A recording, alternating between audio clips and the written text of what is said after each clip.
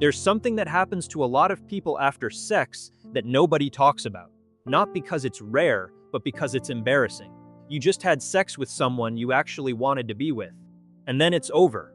And instead of feeling close and warm, you feel nothing, or worse, sad, anxious, like you just did something wrong. If that's ever happened to you, this video is going to change how you see yourself. Because what's happening in those moments isn't a relationship problem. It isn't a you problem. It's your nervous system doing something very specific. And once you understand it, something shifts. Let's get into it. Your brain during sex is doing something it does almost nowhere else. The prefrontal cortex, the part of you that plans, self-monitors, judges, and narrates your life, begins to quiet down. Not shut off, but pull back. Researchers call this transient hypofrontality. It's the same phenomenon seen in deep meditation and flow states in the most absorbed moments of creativity. And during sex, it's driven by a precise neurochemical cascade. Dopamine floods the reward circuitry, creating motivation and approach. Oxytocin surges, particularly during and after orgasm, and under most conditions it generates feelings of bonding and trust. Serotonin levels shift, endorphins rise. Your autonomic nervous system, the part that runs entirely below conscious awareness, moves through states of activation and then afterward into something resembling shutdown.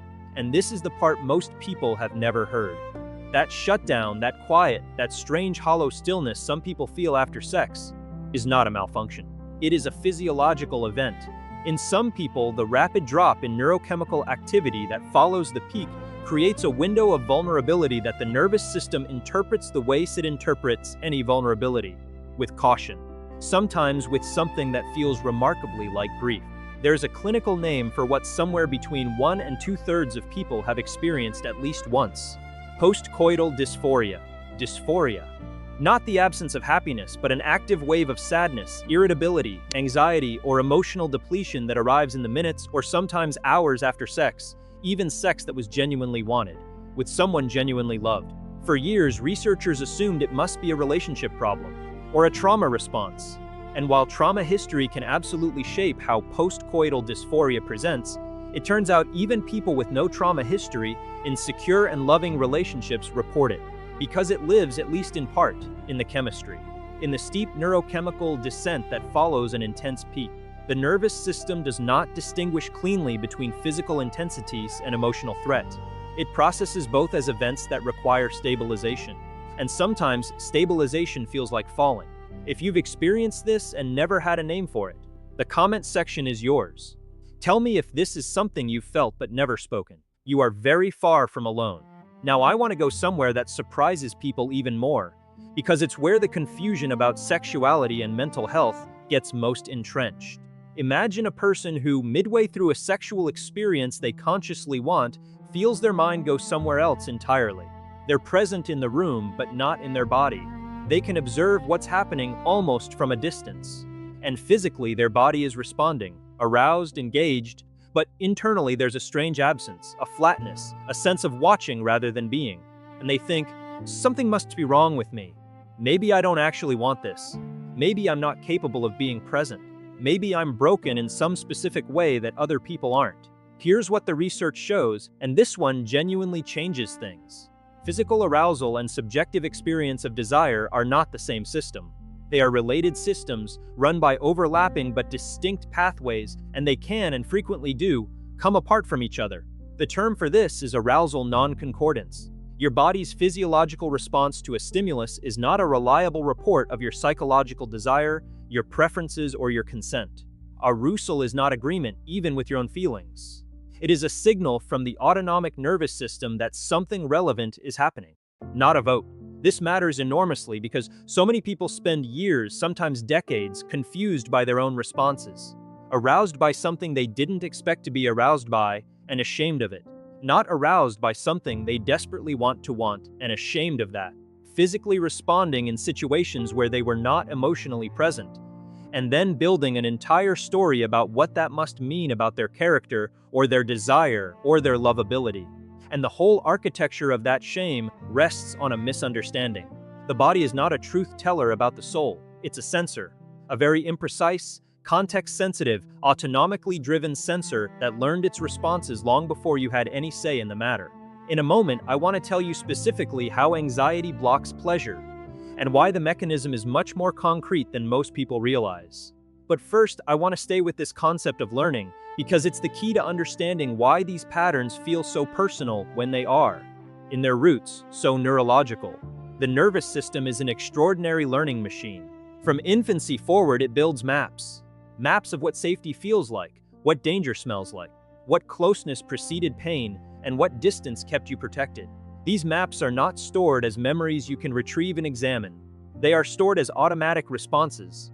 As the tightening in your chest before your mind knows why, the urge to withdraw when someone gets too close, the way pleasure sometimes produces anxiety rather than ease. Psychologists call this the attachment system.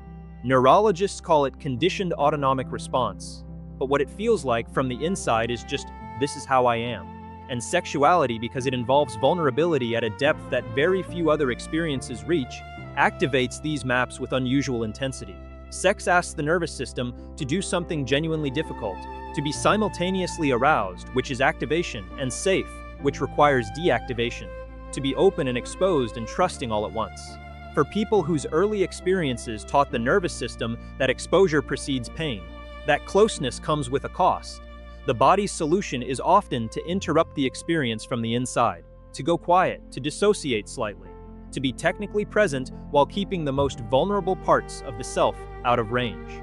This is not dysfunction, this is protection. It was protection that worked once. The question is whether it's still needed. If something in this is already shifting how you see a pattern you've carried, drop that in the comments, genuinely. Because the conversation this opens up is exactly the kind that needs more space. Now, anxiety and pleasure. This is where the autonomic nervous system becomes the whole story. The autonomic system has two primary modes. There's the sympathetic mode, activation, alertness, the readiness for threat. And there's the parasympathetic mode, rest, digestion, connection, arousal. And here's what most people do not know. These two systems cannot run at full capacity simultaneously.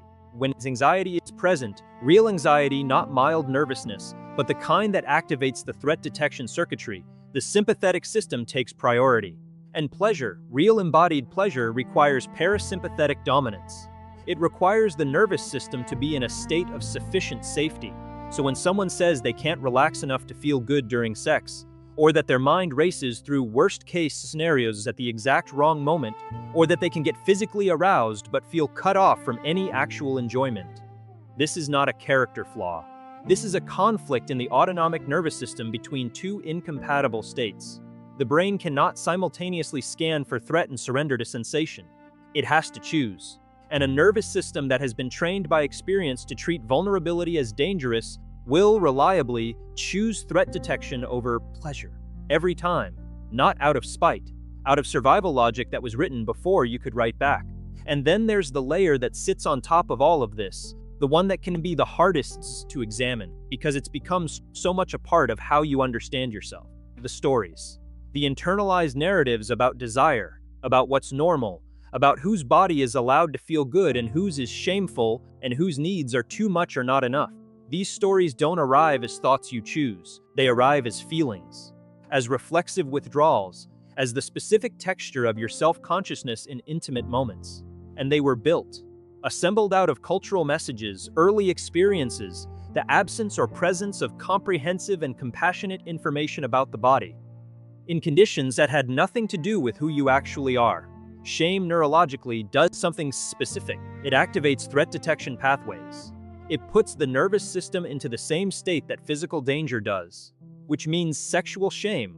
The particular variety of shame most people have absorbed in volumes they've never been asked to measure is not just an emotional problem. It is a physiological barrier to the very safety the body needs to experience genuine intimacy and pleasure. Shame doesn't just make sex feel bad, it makes it neurologically harder to be present.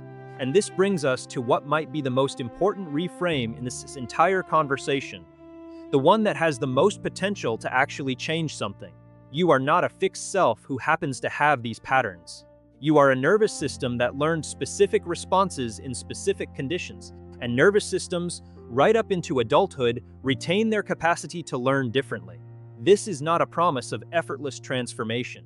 Rewiring conditioned autonomic response is real work, but it is possible. It happens through safety that's repeated often enough to become the new prediction. Through relationships, including the relationship with yourself, where vulnerabilities doesn't cost what it used to. Through the act of understanding, which is itself a form of the nervous system updating its model of what's true. The silence during sex, the sadness after, the dissociation in the middle, the anxiety that blocks pleasure, the confusion about what your body is telling you, none of these are verdicts. They are data points from a system that is doing its best to keep you safe with the information it has. And information can be updated, patterns can shift. The nervous system can learn that what was once dangerous is now survivable, that what was once unbearable is now okay. That presence is not always followed by pain. So, here's what I want you to take from this. The confusion you felt about your own body, your own reactions, your own desires, that was never evidence of something broken. It was evidence of something human. A nervous system that learned to protect you the only way it knew how. You are not the pattern. You're the person who now understands where it came from. If this hit differently than you expected, drop a comment. Tell me which part landed. And if you want more of this, the real psychology behind how we connect, how we feel, how we heal, subscribe. Because this is exactly where we're going.